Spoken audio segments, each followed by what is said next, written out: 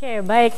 Dan pemirsa, kita akan langsung tanya ini dengan masing-masing mantan Menteri Perhubungan pernah menduduki posisi tertinggi di Kementerian Perhubungan. Apa kira-kira rekomendasi yang tepat atau yang pas dalam situasi penerbangan Indonesia saat ini? Mungkin dimulai dari Pak Budi, setelah itu Pak Yusman. Ya, jadi pertama, stick to the regulation. Kembali, jadikan regulasi itu alat.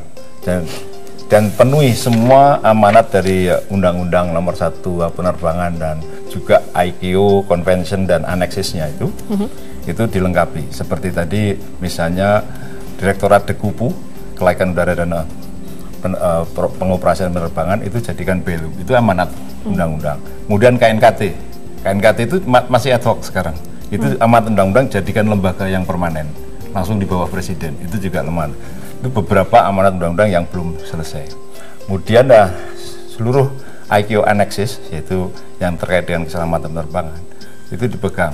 Artinya regulasi harus dijadikan guidance untuk penataan penerbangan, keselamatannya, keamanannya, dan pelayanannya. Dan selain itu, backlog di bidang penerbangan ini meliputi bukan hanya SDM, tapi juga infrastruktur. Nah, ini juga harus dipenuhi.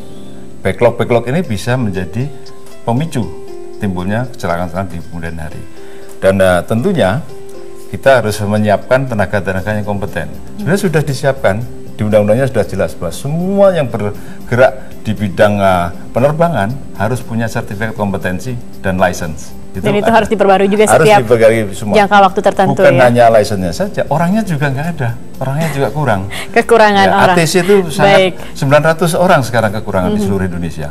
Belum tenaga pilot, belum tenaga mekanik, belum tenaga fasilitator di bandara. Itu juga semua kurang. Apa tidak menarik ya Pak bagi orang untuk bekerja di dunia penerbangan? Artinya karena pertumbuhannya begitu cepat, tidak bisa diikuti. Tidak diikuti dengan kesiapan SDM dan infrastruktur. Oleh karena itu kita harus tahu diri, lakukan segera manajemen demand, ya, di slow down dulu, dan juga optimization dari fasilitas yang ada. Oke, baik. Pak Yusman sendiri bagaimana rekomendasinya? Tadi sudah dikatakan beberapa, termasuk juga salah satunya SDM. Ini juga yang sudah menjadi cerita lama gitu Pak Yusman, meskipun hingga saat ini juga belum terpenuhi juga kuota untuk SDM. Sebetulnya Pak Yonan atau Menteri Perhubungan pernah mengundang kami semua mantan Menteri Perhubungan untuk bertemu dan memberikan rekomendasi. Salah satu rekomendasi, kalau saya pada waktu itu menyampaikan bahwa Kementerian Perhubungan itu harus selalu mendapatkan semacam apa ya, kedekatan dan kemudian proteksi yang sejalan oleh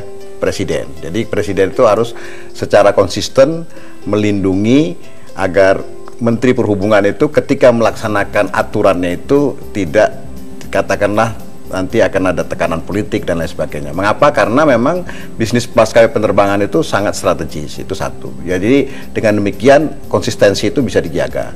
Jadi dengan demikian istilahnya itu adalah kita bisa lagi kembali ke kita sebagai regulator, yaitu taat kepada aturan dan kemudian mengembangkan aturan sesuai dengan kemajuan teknologi dan kemajuan daripada masalah-masalah yang akan ada, itu satu. Terus jadi dengan demikian approach-nya itu adalah to do the right things and to do the things right. Jadi kita melakukan segala sesuatu berdasarkan aturan, aneks, ICAO, dan kemudian juga membenahi seluruh benih-benih kecelakaan agar tidak terjadi dalam masuk ke dalam sistem. Dan yang ketiga yang paling penting adalah sebetulnya perkerat hubungan kita dengan ICAO. Jadi artinya kita jangan ragu lagi untuk mengundang orang ICAO itu justru mengaudit kita. Karena audit itu tidak menghukum, audit itu nanti akan membuat diskrepansi untuk mana yang kita perbaiki dan bersama-sama mereka kita memperbaiki. Juga datengin juga FAA kita datangkan, dan kemudian EU kita datangi juga kita agar mereka jangan lagi menggunakan katakanlah klasifikasi kita tidak selamat atau selamat tingkat keselamatan itu karena kepentingan politik, tapi lebih karena kepentingan teknis dan operasional. Baik. Terima kasih Pak Yusman dan juga Pak Budi. Kita kasih waktu berapa lama untuk Pak Jonan ini untuk bekerja? 1 tahun, 2 tahun cukupkah untuk melakukan perbaikan di Revolusi Bisnis ini? Dulu seingat saya, singkat saja Pak. Ya, Presiden ICAO datang kemari, begitu melihat kita ini negara besar. Kalau kita itu amburadul ya di bidang penerbangan. Seluruh dunia juga terpengaruh. Datang ke sini minta 2 tahun. Minta 2 tahun. Oke, kita berikan waktu 2 tahun. Itulah PR untuk Menteri Perhubungan Ignatius Jonan, dan pemirsa juga sudah diberikan rekomendasi oleh 2 mantan perhubungan langsung waktu itu ya Pak Yusman. Dan pemirsa, inilah akhir dari Bincang Pagi. Kita harapkan ada perbaikan di dunia penerbangan dari tragedi AirAsia KZ8501. Terima kasih Anda telah bersama kami. Saya Zaki Arfan undur diri. Kita jumpa lagi esok di waktu yang sama. Sampai jumpa. Pak.